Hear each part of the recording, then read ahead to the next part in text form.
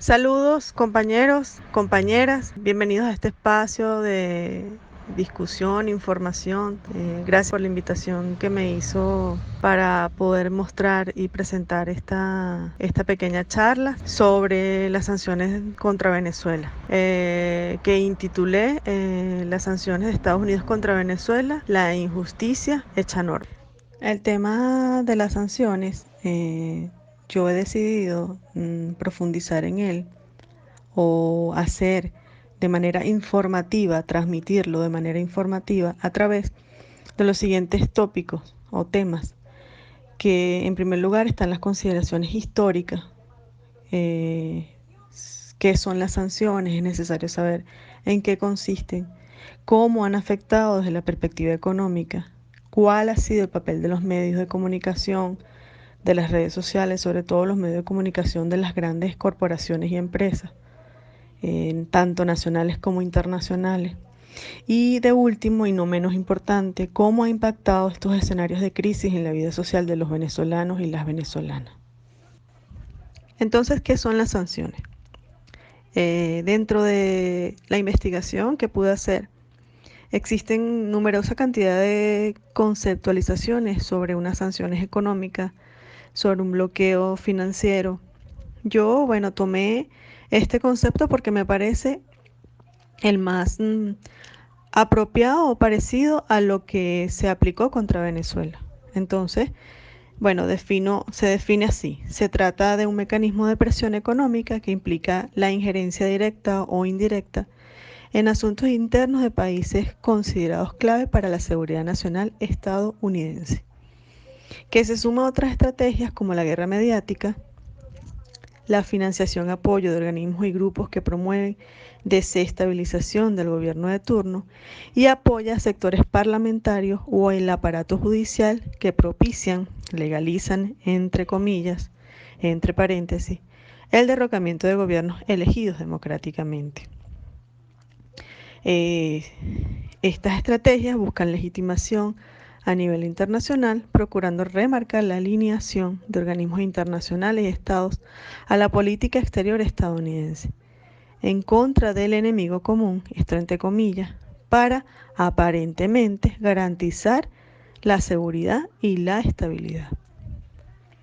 Dicho esta conceptualización, aquí podemos notar que no es solo desde el punto de vista económico lo que se hace, es decir, no solo bloquean los activos, la economía, en este caso las empresas más importantes de un país, sino que también utilizan otros factores negativos en sí mismos, como son la financiación y apoyo de organismos, promueven grupos desestabilizadores, existe una guerra mediática, utilizan otros estados de gobiernos extranjeros para de alguna manera hacer la alineación que también aporte para la causa de ellos, la causa contra un determinado país. Y de esta manera todas estas variables se conjugan para así, de esa manera, hacer toda la presión necesaria para ellos aplicar sus medidas coercitivas, sus medidas arbitrarias. Es de una manera más simple, es ellos dicen, ¿no? O sea, pudiera decirse o pensarse que es solamente una sanción económica, es decir, como que si una multa se te aplica a un individuo, a una institución, a un estado por el incumplimiento de la ley, es decir, como un castigo que se dan para quien incumple la norma. Es como utilizar esa metáfora. Pero entonces, definiéndolo así, significa entonces que Venezuela no está cumpliendo con una norma y que la sanción económica no resulta del todo económica, sino que si profundizamos nos damos cuenta que por condiciones o razones políticas, ¿verdad?, nos aplican este tipo de sanciones económicas para que la política cambie.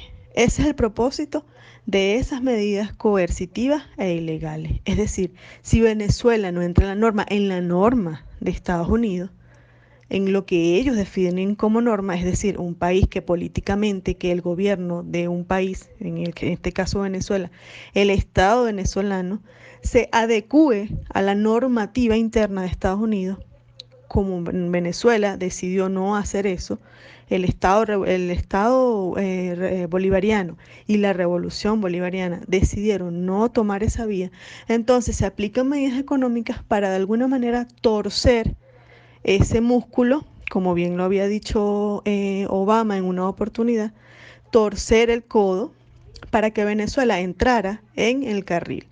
Ese es un poco más o menos eh, eh, de manera sucinta qué es lo que está pasando en realidad. O sea, es decir, son medidas económicas, pero que en el seno o en el fondo de estas medidas lo que hay es una razón política, por supuesto, eh, tomando en cuenta que ellos están también dentro de los aspectos económicos, están mirando todos los recursos económicos, financieros, los recursos minerales, el petróleo venezolano, todos las, las, las, los minerales que tenemos como nación, todo eso lo están tomando en cuenta y por supuesto también hay un interés profundo en eso. Ok, consideraciones históricas. Las sanciones en su esencia son económicas y existen desde el año 443 a.C. Claro, entendiendo que esto se marca dentro de la dimensión de Occidente. Es decir, seguramente hay otras experiencias en Oriente. Pero enfoquémonos en esta oportunidad en Occidente, que me parece además un buen dato. Pericles, poco antes de iniciar la primera guerra del Peloponeso, impulsó el decreto de Megara, por lo que sus mercaderes quedaban excluidos del comercio con Atenas. El motivo fue que los megareses, supuestamente, habían ocupado tierra sagrada para cultivarla. Terminó en que su economía se ahogó completamente. Luego de 25 siglos, se aplican de nuevo sanciones. En el caso de Estados Unidos contra Cuba, es cuando renacen de alguna manera estas sanciones nuevamente. Dentro de las consideraciones históricas en Venezuela con respecto a las sanciones, su punto de partida comienza el 10 de diciembre del 2014, cuando el Congreso de los Estados Unidos aprueba un paquete de sanciones contra Venezuela. La medida suspende visas y congela activos en los Estados Unidos a 56 funcionarios venezolanos. Esta medida, cuando se comienza a dar a la luz pública, cuando Estados Unidos o el Congreso firma este paquete de sanciones, se, también los medios de comunicación inmediatamente como actores operativos de todo lo que allí se origine, se comenzó a masificar la idea de que estas sanciones solamente afectaban a estos funcionarios del Estado venezolano, ¿no?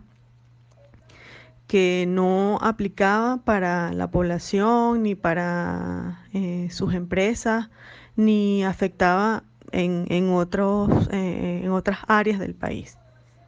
Es importante ese dato, que también no lo perdamos de vista, que tampoco, perdón, lo perdamos de vista. Así como tampoco podemos perder de vista que no solamente Estados Unidos ha aplicado sanciones contra Venezuela, también la Unión Europea ha aplicado medidas contra Venezuela.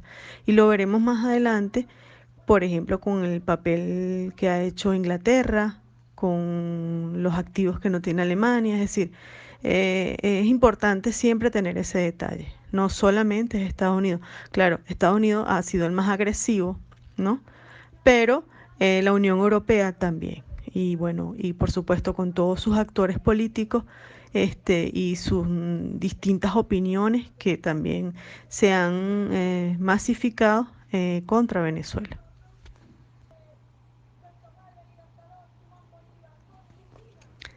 Bien, cronología de las sanciones. Eh, cada orden, cada sanción contra el país es necesario describirla y darle lectura para que tengamos conocimiento de cada momento que han tenido todas estas sanciones, porque no ha habido uno único, sino varios. Y bueno, comenzaron desde el 2014, pero se han extendido a través de estos 3 o 4 años. El 8 de marzo del 2015, el expresidente estadounidense Barack Obama emitió una orden ejecutiva en la que se califica a Venezuela como un país de amenaza inusual y extraordinaria para la seguridad nacional de Estados Unidos.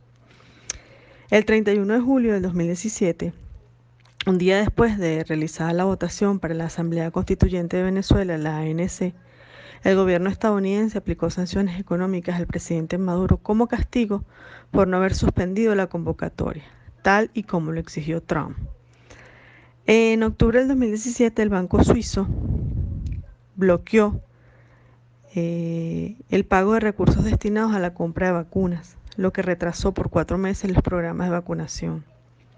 Además, este año la banca internacional bloqueó el pago de 8 millones de euros destinados a la adquisición de insumos para la diálisis, lo que afectó el tratamiento de 15.000 pacientes de hemodiálisis.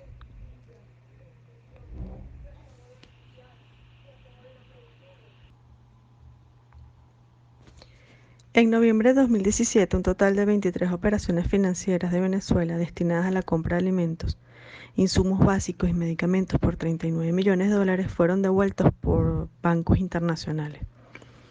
Durante diciembre del 2017 se devolvieron operaciones desde bancos en Europa por 29.7 millones de dólares hacia diferentes proveedores, cuyo destino era el pago de alimentos a través del Programa Social de Comités Locales de Abastecimiento y Producción CLAP.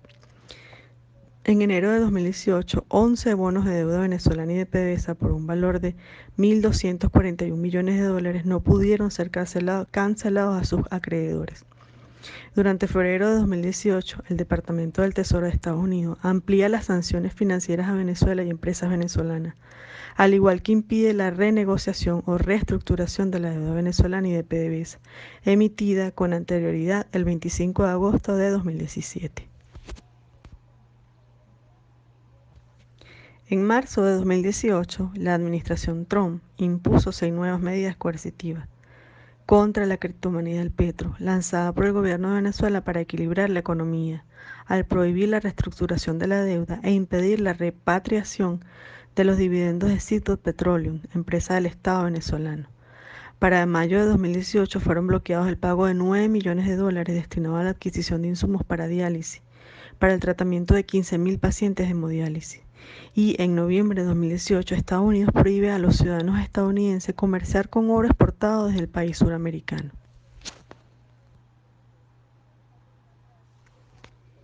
En enero del 2019, la administración Trump aprueba nuevas sanciones contra Petróleos de Venezuela, que incluye el congelamiento de 7.000 millones de dólares en activos de la empresa filial Citgo, en adición a una pérdida estimada a 11 millones de dólares de sus exportaciones durante los próximos años. Durante abril de 2019, el Departamento del Tesoro bloquea las operaciones del Banco Central de Venezuela, específicamente sus cuentas en dólares en el extranjero, y el desenvolvimiento de la institución del Sistema Financiero Internacional, con el fin de evitar por la vía del BCB se destinen los fondos para la compra de medicinas y alimentos necesarios para la protección social de la población. Agosto de 2019, Trump ordena bloquear los activos de los entes oficiales del gobierno de Venezuela que estén en el país. La decisión fue impuesta tras la firma de una orden ejecutiva misma que también prohíbe la realización de transacciones con la nación suramericana.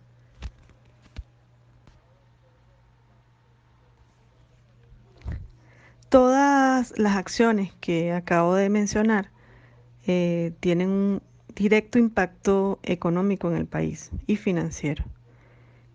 A continuación, a través de los datos que da la economista Pascualina Curcio, en un informe publicado en en marzo del 2020, arroja los siguientes datos. Tomé los más para mí significativos, hay muchísimos otros datos económicos más, pero bueno, tomo estos para traerlo como información a este espacio. Dicen así, las pérdidas económicas totales entre 2016 y 2019 suman 194.000 millones de dólares, que equivalen para Venezuela 16 meses de producción nacional. También tendríamos suficientes recursos para importar alimentos y medicamentos durante 45 años. Otro dato es, 25.000 millones de dólares corresponden al dinero y activos que nos han saqueado. El ataque contra PDVSA ha sido de 64.000 millones de dólares que se han dejado de producir. El ataque a la moneda es de 105.000 millones de dólares y eso representa más de 3.000 billones%, es decir, una cifra escalofriante y casi impronunciable. Es el dato expresado en porcentaje que está en el rango de tiempo de enero del 2013 al 2019, a través del dólar criminal o paralelo. 11 millones de dólares en pérdidas por lo que dejará de percibir debido a la apropiación ilegal de la empresa petrolera y venezolana Citgo por parte de Estados Unidos. 7.000 millones de dólares por la apropiación ilegal de los activos de Citgo. 1.600 dólares retenidos por Euroclear. 1.200 millones de dólares equivalente al oro retenido por el Banco de Inglaterra. Recuerden que antes les decía que la Unión Europea ha tenido un papel importante en estas sanciones. ¿Y cómo han actuado ellos? Bueno, ellos han actuado en primer lugar desde el punto de vista financiero, es decir, ellos a través de sus bancos han saqueado, han bloqueado, han dirigido a otros lugares los activos de Venezuela, entre ellos los dólares, los euros y el oro que le corresponde a Venezuela. Ellos los han retenido y los han desviado y los han saqueado. Entonces, ese ha sido su papel, por supuesto, como brazo también ejecutor de las medidas que ha hecho Estados Unidos y a través de la vocería europea, a través de sus eurodiputados, a través de personajes de los distintos estados, de los gobiernos de cada país. Es decir, todos ellos han tenido una vocería importante para afectar aún más el país venezolano.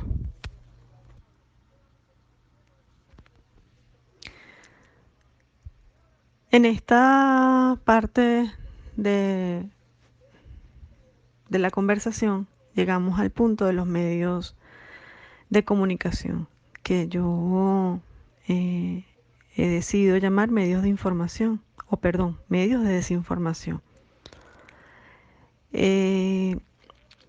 Este papel de los medios de comunicación es muy importante o han sido importantes en este contexto de sanciones contra el país, debido a que no todos, por supuesto, pero la inmensa mayoría de los medios han sido actores fundamentales en este entramado que se ha emanado de los Estados Unidos.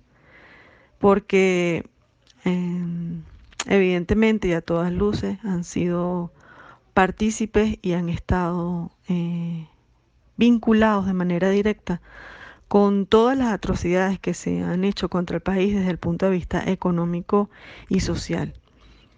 En muchos de los casos, pues ellos han actuado de forma claramente apoyando todo lo que ha significado el colapso de las instituciones, el malestar en la gente, em, eh, los ataques a la moneda, los ataques contra el Ejecutivo, contra personas, contra los líderes de la revolución. Es decir, todo un entramado discursivo desde el punto de vista comunicacional que dentro y fuera del país han actuado de manera casi quirúrgica, ¿no? Aquí adentro, bueno, partamos del principio de dos realidades, ¿no? Está la realidad interna, en la que vivimos todos los que estamos aquí adentro, que sabemos que realmente está pasando en los distintos momentos de este ataque contra el país en los distintos años, porque, bueno, también tenemos que tener claro de que no siempre hemos estado en el mismo punto, ¿no?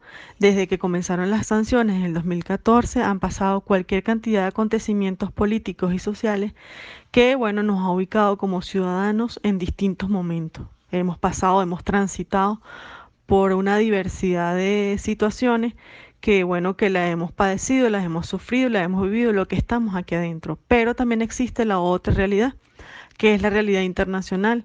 Es decir, todas las personas que están por fuera, sean venezolanos, sean extranjeros, pues perciben toda la realidad interna de otra manera, en la mayoría de las ocasiones distorsionada totalmente. Es decir, distorsionada porque lo que ocurre acá no es lo que se ve afuera, ya de eso estamos muy acostumbrados. Y justamente esa distorsión la han ocasionado estos medios que también se podrían llamar medios de la derecha, medios de las grandes élites, de las corporaciones, medios de comunicación, en la mayoría de los casos, que se les paga por decir tal o cual información, igualmente en las redes sociales. Se paga a los distintos actores políticos por decir tal o cual información tergiversada, distorsionada sobre Venezuela. Eso básicamente ha sido el papel de los medios. No es, bueno, yo lo estoy puntualizando desde las sanciones económicas, pero recordemos también que ha sido desde que comenzó la Revolución Bolivariana, lo que significa que nosotros como ciudadanos venezolanos hemos estado un poco ya conociendo este hecho comunicacional, pues tenemos bastante rato lidiando con él y ya estamos más o menos no es que hemos aceptado, ¿no? No es que no nos hemos acostumbrado a eso, sino que, bueno, ya lo conocemos, ya sabemos cómo es el mecanismo. Pero donde se ha hecho más daño es por fuera del país, ¿no? Porque evidentemente la gente que está lejos de aquí, pues cree todo lo que dicen estos medios de comunicación. eh, Todo lo que allí se genere como noticia, no, en algunos de los casos no se desmienten esas noticias, se quedan así y así son asumidas por de las distintas personas que viven fuera. Entonces ha sido una situación bastante compleja, pues, a nivel de comunicación y que casi siempre termina termina impactando de manera negativa en los ciudadanos, las distintas personas que habitan en un país, en el caso de Venezuela u otras regiones del país. Y entonces, la influencia ideológica de los medios ha sido bastante certera. Han- de verdad, porque lo que considero también, a mi juicio, a lo mejor es una pequeña hipótesis, es que por fuera hay mucha gente con niveles de politización bastante bajos. Y en la misma medida en que eso es bajo, pues entonces el impacto o la ideologización de estos medios es más certera. Mientras tanto, nosotros aquí hemos estado durante este tiempo más politizados, hemos estado más en contacto con los acontecimientos políticos que nosotros hemos vivido.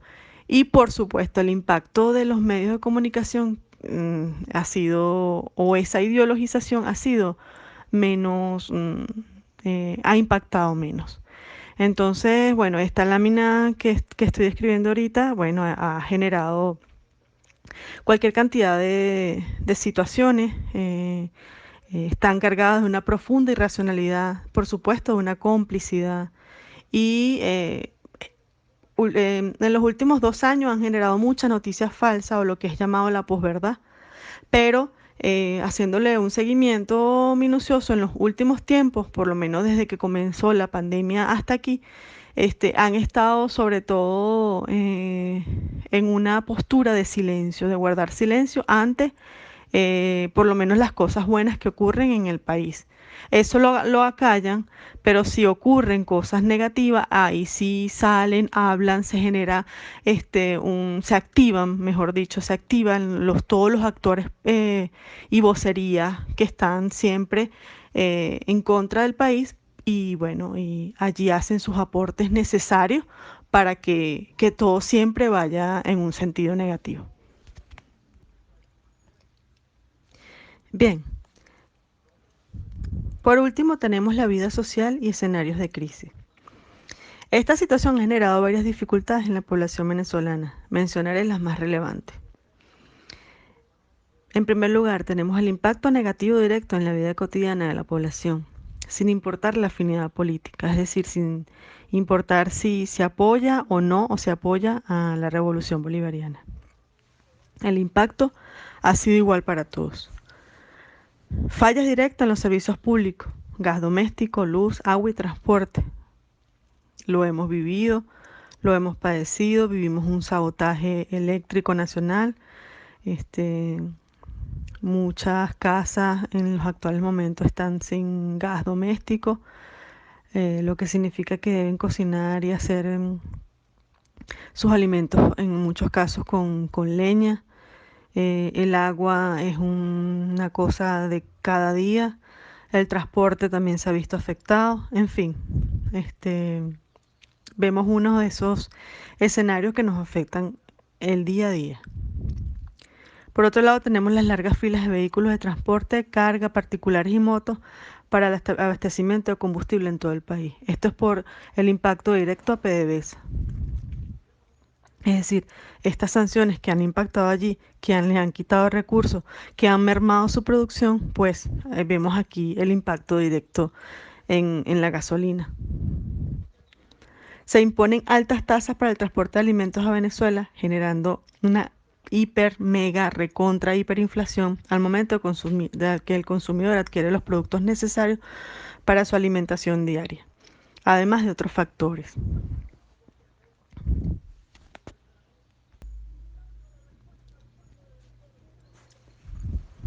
Transacciones diarias en dólares generando angustia en casi toda la población porque no es la moneda nacional.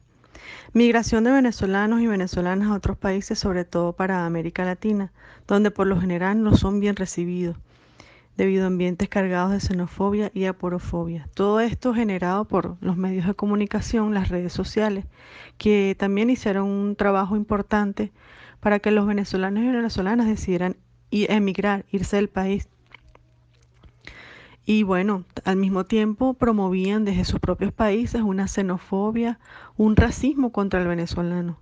Y finalmente lo que yo aporto, que también es una aporofobia, es decir, que no solamente por el hecho de ser venezolano, sino por el hecho de ser pobre, es decir, gente que se fue con muchas necesidades económicas, producto de todo lo que aquí se estaba viviendo, se van a buscar una estabilidad económica para su familia, para sus hijos, para sí mismo. Y bueno, y por supuesto van con escasos recursos económicos. La reacción de la gente que los recibía era de rechazo, porque justamente eran personas pobres. Entonces es un concepto que aplica perfectamente a este tipo de población, a tanto los venezolanos que van saliendo como a los que los van recibiendo en otros países. Y se genera allí esa categoría social importante denominada aporofobia. Y finalmente, desde el 2020 se suma la pandemia por COVID-19, duplicando aún más las dificultades socioeconómicas. También he sabido por muchas personas, y bueno, a lo mejor no por otras, pero Estados Unidos nos ha bloqueado recursos para que no se puedan adquirir los distintos test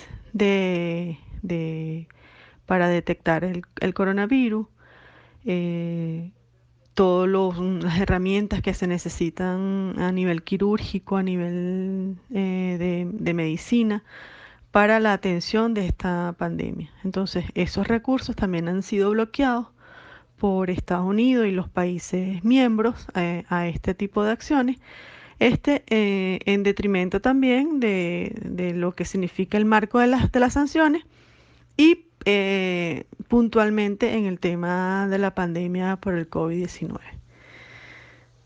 Bueno, este, lo dejo hasta aquí.